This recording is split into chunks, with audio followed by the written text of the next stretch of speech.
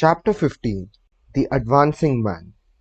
What I have said in the last chapter applies as well to the professional man and the wage earner as to the man who is engaged in mercantile business. No matter whether you are a physician, a teacher, or a clergyman, if you can give increase of life to others and make them sensible of the fact, they will be attracted to you, and you will get rich. The physician who holds the vision of himself as a great and successful healer and who works toward the complete realization of that vision with faith and purpose, as described in former chapters, will come into such close touch with the source of life that he will be phenomenally successful. Patients will come to him in throngs. No one has a greater opportunity to carry into effect the teaching of this book than the practitioner of medicine. It does not matter to which of the various schools he may belong, for the principle of healing is common to all of them, and may be reached by all alike.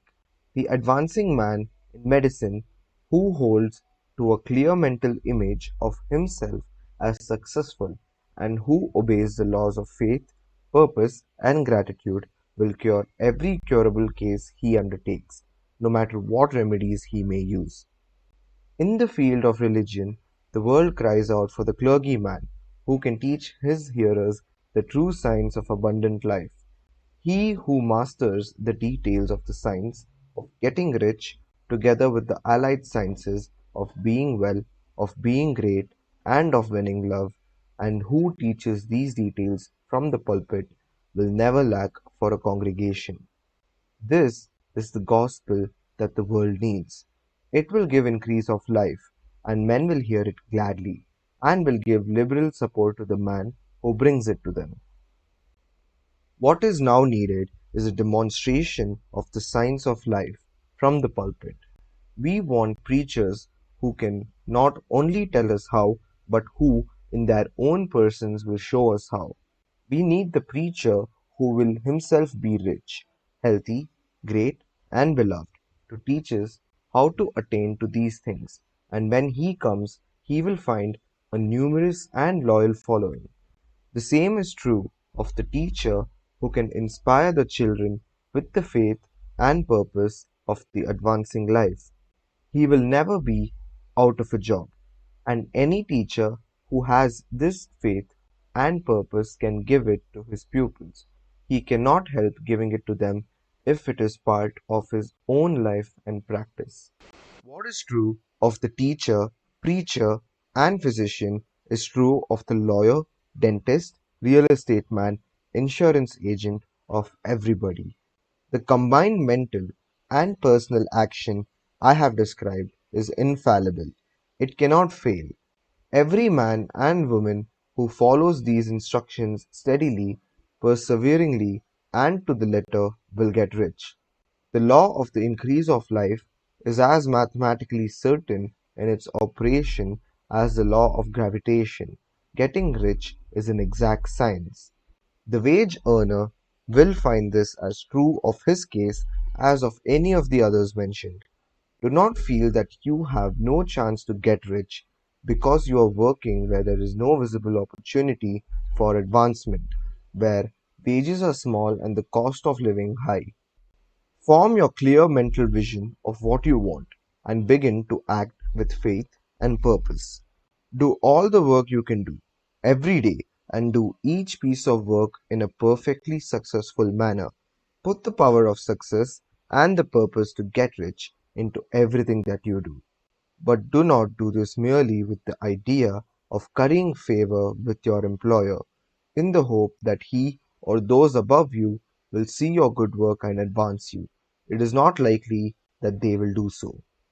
The man who is merely a good workman, filling his place to the very best of his ability and satisfied with that, is valuable to his employer, and it is not to the employer's interest to promote him. He is worth more where he is. To secure advancement, something more is necessary than to be too large for your place. The man who is certain to advance is the one who is too big for his place, and who has a clear concept of what he wants to be, who knows that he can become what he wants to be, and who is determined to be what he wants to be. Do not try to more than fill your present place with a view to pleasing your employer. Do it with the idea of advancing yourself. Hold the faith and purpose of increase during work hours, after work hours, and before work hours. Hold it in such a way that every person who comes in contact with you, whether foreman, fellow workman, or social acquaintance, will feel the power of purpose radiating from you, so that everyone will get the sense of advancement and increase from you. Men will be attracted to you, and if there is no possibility for advancement in your present job, you will very soon see an opportunity to take another job. There is a power which never fails to present opportunity to the advancing man who is moving in obedience to law.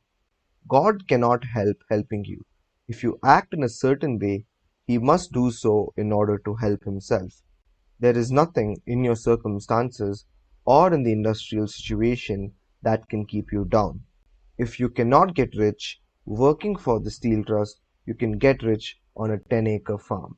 And if you begin to move in the certain way, you will certainly escape from the clutches of the steel trust and get onto the farm or wherever else you wish to be. If a few thousands of its employees would enter upon the certain way, the steel trust would soon be in a bad plight. It would have to give its working men more opportunity or go out of business. Nobody has to work for a trust. The trusts can keep men in so-called hopeless conditions only so long as there are men who are too ignorant to know of the signs of getting rich or too intellectually slothful to practice it. Begin this way of thinking and acting, and your faith and purpose will make you quick to see an opportunity to better your condition. Such opportunities will speedily come, for the Supreme, working in all and working for you, will bring them before you. Do not wait for an opportunity to be all that you want to be. When an opportunity to be more than you are now is presented and you feel impelled toward it, take it. It will be the first step toward a greater opportunity. There is no such thing possible in this universe as a lack of opportunities for the man who is living the advancing life. It is inherent in the constitution of the cosmos that all things shall be for him and work together for his good, and we must certainly get rich if he acts and thinks in the certain way. So let wage-earning men and women study this book with great care and enter with confidence upon the course of action it prescribes. It will not fail.